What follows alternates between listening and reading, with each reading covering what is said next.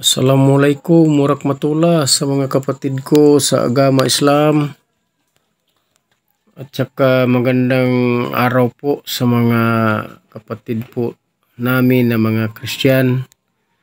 Ito po ang mga tao na nakikita niyo po sa video ay ito po ay isang mga members na tatanggap po ng ID nila sa ISPAG at ang iba po nito ay nagpapamember pa po. Ito po ay naka voice over lang po kasi po dito sa amin pag tuwing linggo po ay po ito maingay kasi maraming nagbibideo po dito. Tatlong bahay po ito nagpaligsahan sa video ke. Kaya po tayo ay naka voice over. Ini-explain ko po sa kanila kung ano po ang ISPAG.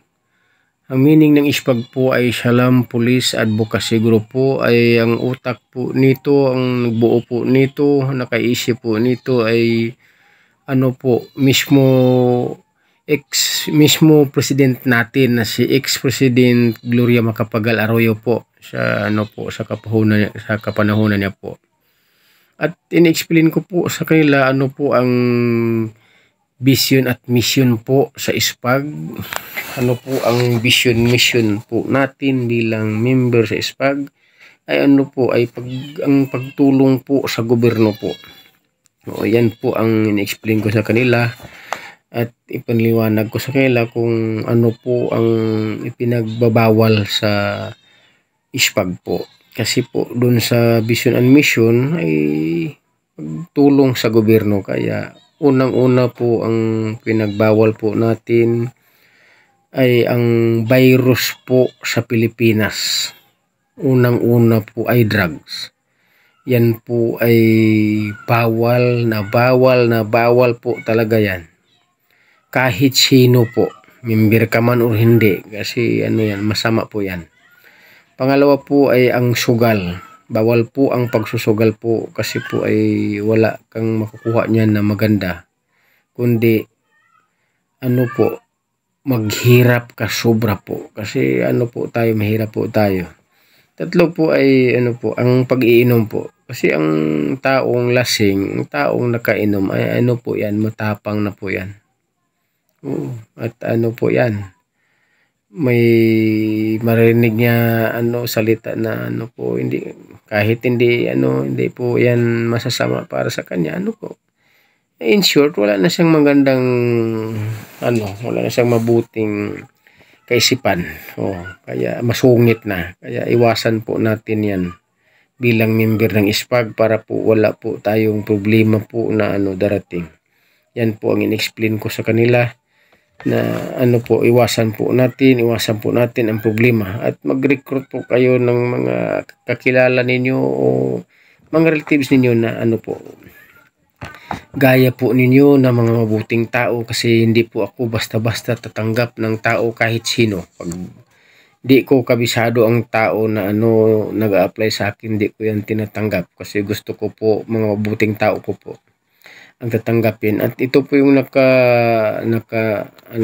naka-stripe na anong tawag nito, parang army. Siya po ang ito ang pinakaunang na nabigyan ko ng ID. Siya po ang chapter president sa Cabadbaran City po. Yan. At yung naka-white po ay siya po ay ang vice president po sa vice president po yan sa Cabadbaran City sa ISPAG po. At yung isa po ay yan, siya po ang auditor sa Cabadbaran City chapter po. At yung daris ay mga members po yan. At sabi ko sa kanila, pag-ingatan ninyo ang ID ninyo, pag-ingatan ninyo ang pangalan ng ISPAG. Hindi po tayo members lang o salampos lang, kundi Salam Police ay police po tayo sa Allah. Hindi po natin abusuhin ang kapwa-tao, hindi po natin abusuhin ang ang ID natin.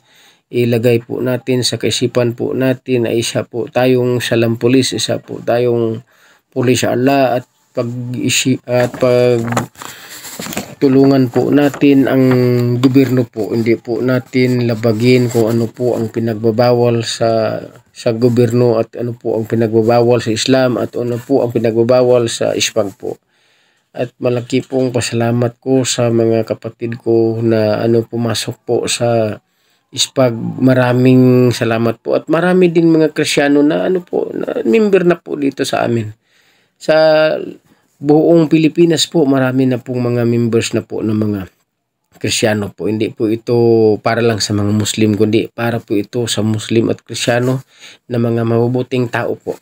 Ito po ang mga bago.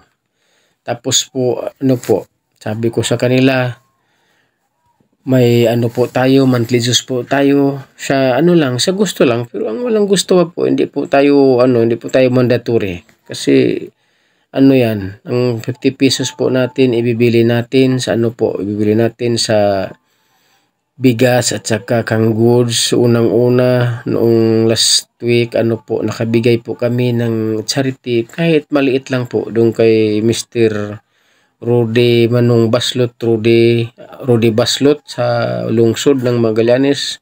Ay nabigyan po namin ng maliit na maliit na tulong at may pa po siya na nawagan na sana po ay maoperahan po yung mata niya kasi hindi na po siya masyadong nakakita kahit 1 metro lang po ang distansya. Mahirap talaga sila.